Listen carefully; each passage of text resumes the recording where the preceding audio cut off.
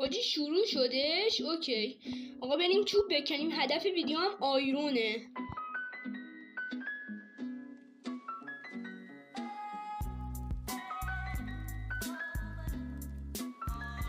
بریم برای ماین.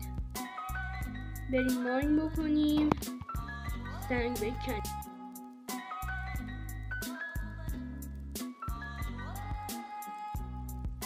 ایوان دوباره اوکی. خب افتادم تو آب. من چند دست و جلو افتیم. ببین الان میتونیم یه کاری بکنیم. یه دونه غار پیدا بکنیم. میتونیم ویلیج پیدا بکنیم. حالا هرچی خدا خواست دیگه. هرچی خدا خواست. بیا اینجا بابا زامبیای بدبخت. بابا یه لشکرن اینا برای خودشون. یا یه لشکرن.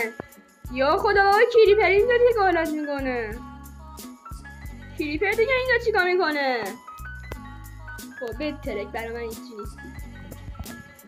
75 تا اوکیه. خب ببین این موقعیت ما باید استفاده بکنیم. سلام کریپر. خب حالش اینجا کریپر خونه است. برو تو برای من عددی نیستی. آیرون میخوام. بنازم آیرون. بنازم اینجا آیرونه. یس این آیرون برای شما. چالش بعدی رو شما بگید.